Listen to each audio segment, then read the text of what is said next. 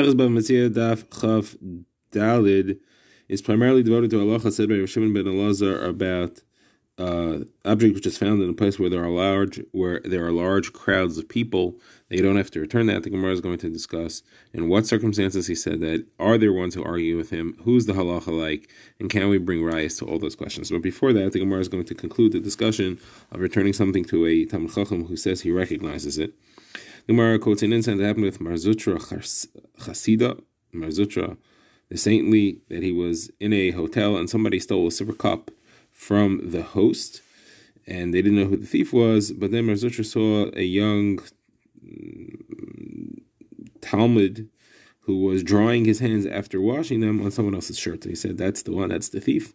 So they grabbed him, and he admitted that he had been the one to steal the cup. And then there brings a brisa, Shimon ben Elazar, who says the halacha that if you have a new kli that a person did not have enough time to get used to and to recognize, then you don't have to announce it. There is no one who could recognize it. So the Gemara says there are two types of new kalim. There are some that are new, but people could recognize them. Some that new people cannot recognize them. How do you tell them apart? So the Gemara says if the way it's created, the way it's made, you can see that it's still new. It's like it's in the wrapping, the packaging, then you don't have to worry about anyone knowing it. Now, what's an example of that? So the Gemara says if you have needles that are still on a stick of needles, like the way they come from the store, they're hanging off the stick, or if you have forks, or if you have axes that are hanging on a piece of wood, again, the way they're displayed. So all these, they weren't even taken out of the packaging yet, and therefore you could assume that no one recognized them. Now, the Gemara says, but that's only true if they're found one at a time. If, however, you found two or more together, then the number that are there is a siman. And if we do have to call it out, just in case someone knows the number that you have. Now, the word the Gemara used for the stick or the pole that has these items hanging off them is the bad. So Gemara says, what does a bad mean? Gemara says, bad is a branch. The reason why it's called the bad is because anything that has things hanging from it is called a bad. Like we learned a Mishnah that says that if you have a ravais, machlek is how many leaves it has to have. According to the opinion that it's just one and it's still kosher, it says ola echad bebad echad, one leaf on one bad, on one stick. And there you see that if something has something hanging on it, it's called a bad. All right, now the Gemara starts a whole nesugya, which is another halacha said by Shimon ben Elazar. Shimon ben Elazar says there are a number of things that you never have to worry about returning because there is an automatic yish. It's like the pasuk we saw earlier that said that certain things, it doesn't matter if you're mayish or not, the Torah was mayish you from it. The Torah took away your ownership because it's completely lost. What are those things? So Shimon ben Elazar says if you save something from a lion, a bear, a leopard, a bardless, not clear what that animal is, but it's a wild animal. Or if you take it from the overflow area where high tide swamps things and sometimes return things, so that means it's something which was washed out to the sea, or from a flood zone of a river, which was again flooded in the river, or anything which is in a large public center of town, or any place that has large amounts of people, there's certain yish. You don't have to worry about whether it was ma'ash or not, whether it has a siman or not, and therefore Shimon ben Elazar is saying this halacha that a siman in these places does not count as a yish anyway. And the Gemara is going to focus on the concept of a public place, one that has a lot of people in it. So the Gemara is going to have 6 questions based on 2 scenarios. So the Gemara first of all says scenario 1, a public place that has a lot of Yisrael, a public place that has a lot of Nachrim. Now, it's much more logical to say that if there's a lot of nachrim, there it makes sense that they won't return it, and therefore the person who lost it is going to be me'ayish. They don't have a mitzvah hashavas aveda. Would Rav Shimon ben Elazar say this halacha even in a place which has a lot of Yisraelim, a lot of Bnei Yisrael? So there they do have the mitzvah hashavas aveda. It's more likely that they will return, or do we still say there will be enough people that won't return it? The owner's me'ayish anyway. So the Gemara has 3 sets of questions in these 2 areas. First of all, which one does Rav Shimon ben Elazar say his halacha in? Only by Rav Nachar or even by Rav Yisrael? Second of all, do the Chachamim argue on him? Do they argue only by Rav Yisrael or do they argue even by Rav Nachar? And third, who is the halacha like? If the halacha is like Rav Shimon ben Elazar, is it in the case of Rav Nachar or even by Rav Yisrael? So all we have, what does Rav Shimon ben Elazar hold? What do the Rabbanan hold? And is there, and who do we hold like in these three cases of Rav Nachem and Rav Yisrael? So the Gemara says, let's try to bring some proofs to all these questions that we have. So the first proof the Gemara has is a brisa that says if somebody finds money in a shul or in a base medrash or any place that has a Rabbi Metzia that has a large number of people there, he's allowed to keep it because the Bava Metzia. This clearly sounds like Rav Shimon ben Elazar. Shimon ben Elazar is the one who says that a public area there's yish. So you see, it's Shimon ben Elazar, and we said a base knesses or a base medrash. That's obviously a place where Yisrael. So we could at least see that Shimon ben Elazar says this halacha in a place where it's Rav Yisrael, not on a place that's Rav Nachem. So where it says no, we're actually talking about a place where there's no simon. The reason that you're allowed to, meaning really, Shimon ben Elazar says this halacha only by Rav Nachem, but here the reason why it's is because there's no simon, because they're spread out. The fruits, the money, whatever it is all scattered, and there's no simon there. So the Gemara says if that's true, then why does the Brisa say anything about Makam Shem Rabbi Metzia Sham? If there's no simon, you don't need Rabbi Metzia Sham. So the Gemara says, okay, no, you're right. We're talking about where it's tied up or it's in a close area, but maybe we're talking about a basic knesses, which is Roiv Kinanim. Basic knesses doesn't technically have to mean a shul; it means a gathering place. It could be a gathering place of Kinanim. So the Gemara says, okay, that's good for basic knesses. What about base medrash? A base medrash has to be a base medrash of Yisrael. The Gemara says, right, it is a base medrash of Yisrael, but there could be a lot of Kinanim there anyway. It could be that it's outside the city and they're brought there as watchers, for guards, for security, and therefore since there's a lot of Kananim there, the person is Miyayish. So once you say that, you can say the same thing about a basic Knesses, that there are a lot of Nachem there also because of security. The Gemara's next raya, the Gemara brings the end of a brisa discussing a large city, and it says if you find a lost object there, if it's Rav Yisrael, you have to return it. If it's Rav Kananim, you don't have to return it. Again, this must be Shimon ben Elazar. He's the one who has the concept of a lot of people making it not an issue to return. And you see here is Mechalik between Rav Kananim and Rav Yisrael. So you see he only said it's halacha by Rav Kananim and not by Rav Yisrael. So the Gemara says, no, maybe this is really the Rabbanon. It's not Rav Shimon ben Elazar. Says, okay, so if so, you at least see that the Rabbanon agree to Rav Shimon ben Elazar that Rav Kananim, you are allowed to keep it. You don't have to worry about a simon because the person is Miyayish. Says, whereas no, I'll go back to Rav Shimon ben Elazar. And I'll say Rav Shimon ben Elazar says this halacha even by Rav Yisrael. But here is different than his classic halacha. Here we're talking about where the object was found, it was hidden. It looked like it was put somewhere. It was covered by something. It was hidden under something. Therefore, the issue is not, should you be returning or not? Because it was clearly not lost. The issue is, does it belong, was it put there by an Akum, or was it put there by a Yisrael? If it's put there by a Yisrael, you have to leave it because it belongs to a Yisrael. If it's put there by an Akum, then you can take it because it belongs to an Akum. Now, the question depends on what's the Roiv. And that's what this Mishnah here means to say, whether it's Roiv, that informs who put it there, not as to whether or not he's supposed to return it. So the Gemara says, if it's hidden, if it was put there, so you shouldn't be touching it at all, no matter whose it is, you should be leaving it there.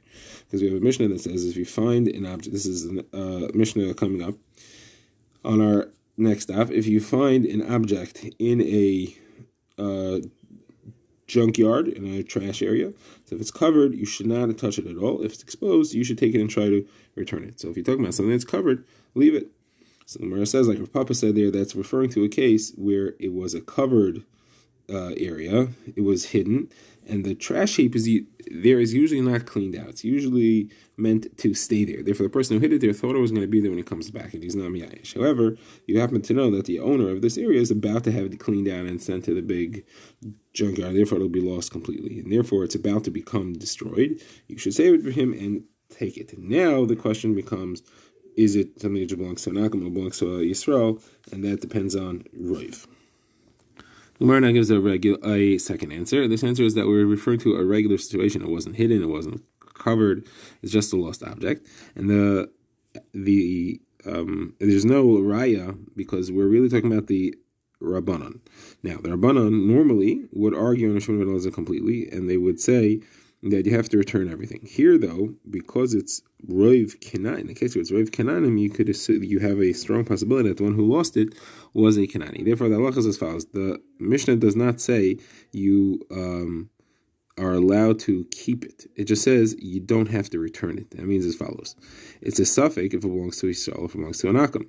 You can't keep it because it may belong to Yisrael and he's not Miyayish, because the Rabbanan argue and Shimon ben Elazar and say there's no Yish. However, if it's Rav Kananim, you don't have to return it because there's no mitzvah of Hashava on something which belongs to a Kinani. Okay, and my brings its next Raya. It's Rav Asi bringing a brisa. Rav Asi says if somebody finds a barrel of wine in this city, so if it's a city which is Rav Kinanim, so you have to assume that it's Yayin and Nesach, and therefore you're not allowed to do anything with it.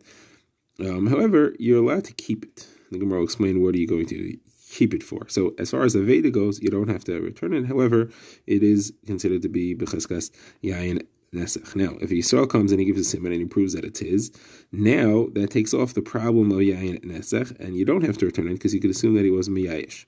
So this Bryce must be going like Rav Shimon ben Elazar, because he's the only one that says that because it's a Roiv Kananim area, that there's an assumption of Yish. And you see that Rav Shimon ben Elazar said it only in Roiv Kananim. The Bryce only says in Roiv Kananim you're allowed to keep it, but if it's Roiv Yisrael, then he would say that you're not allowed to keep it. That's a diak that we make it. Rav Shimon ben Elazar only said it's halacha by Roiv Kananim. So Gemara says, no, really, I'll tell you that Rav Shimon ben Elazar says it's halacha even by Roiv Yisrael. However, the reason why here it says only Rav Kananim is because it's Rav Asi speaking. Rav Asi brought this halacha. He holds it's only Rav Kananim, but we don't know what Rav Shimon ben Elazar holds. And the Gemara asks what we said before: you have to assume that the wine is Yayin Nesach, what's the significance of being able to keep it? It's also Mana anyway. Someone says you could use the barrel. The barrel may be usable under certain circumstances. That's not something you drink, and therefore there's no Isser Hana on the barrel itself. Another Gemara brings an incident that happened. It was a person who found 4 zuz that was wrapped up in a bag and thrown into the Biron River. He came to Rav Yehuda and he said, "Go return it." So Gemara asked, "But it's Zuda Shayam. It's a flood area." So Gemara says, "Nahar Biron is different because because it's filled with fish nets and traps, and the owner he assumed, or he at least relied, that it would get caught in these areas and pulled out, and therefore it's not clear that he was a miyayish." So I'm going to ask, but it's Rav Kinanim, and therefore Shimon ben Elazar should say it's a lot of people, and you should be miyayish for that reason. So you see, the halacha isn't. At least we see that the halacha is not like Shimon ben Elazar. So even in a situation of Rav Kinanim, so we see that there's at least a machlekes, and the halacha is not like him. Where it says, no, maybe the halacha is like him, or maybe there's no machlekes. But the Harbiron is different because it's Yisraelim are the ones who fish. They're the ones who own the traps and the nets there, and therefore it's going to be Yisrael who finds it. And even though it's Rav Kinan, the person is not miyayish. Now, remember another incident. Rav Yehuda was walking behind Mar Shmuel in the street that sold oatmeal. And he says to him, if you found a wallet or a purse here, you found an arniki, what would the halacha be? You have to return it or not? So he said, you're allowed to keep it. And he followed up and asked, what if Yisrael would come and give a siman? So he said, you would have to return it. So he says, that's contradiction. If you're allowed to keep it, that means that you assume that there is yish. If you assume there's yish, why should you return it? If he gives a siman, he lost it anyway.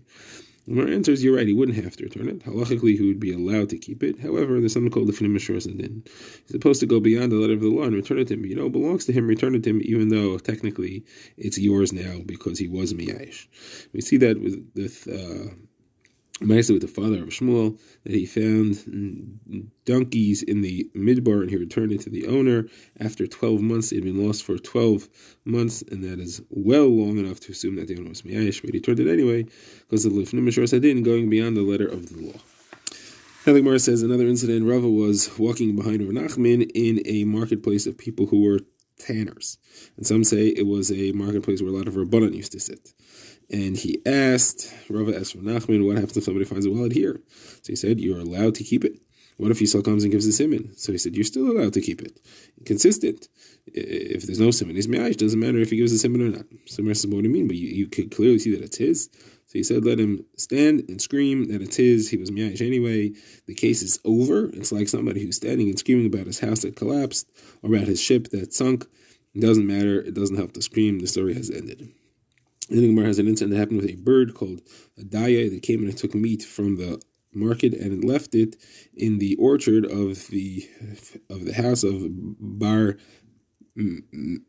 Marion. He came to Abai and said, what's halacha here? He said, go keep it for yourself. So Gemara asks, but it was Rav Yisrael, and therefore he's not miyayish. So you see that the halacha is like Rav Shimon ben Elazar, even in the case of Rav Yisrael. So Gemara says, no, a daya this bird taking things away, it's gone. That's like Zuta Shalyam. That's like the flood zone. There's no way to get that back, even though it's Rav Yisrael. So Mara asked, but Rav said that it's meat that has been covered from the eye, meat that you haven't tracked for a while. It's usher because you don't know if it's the same piece of meat. It may be a non-kosher piece of meat. So my answer is we're talking about where someone saw the bird from when it took off until when it landed, and we know that it is the same piece of meat. It was not exchanged. Next incident, the Gemara brings Rabbi Chanina found a slaughtered gidi, a kid, a goat, between the cities of Tveria and Sipori. And they posed for him that it was mutter for him to take and mutter for him to eat. So Rav Ami said, where does this from? So it was mutter for him to take, he did not have to return it like Hashem ben Elazar, because it's rife. This is a lot of people that are there.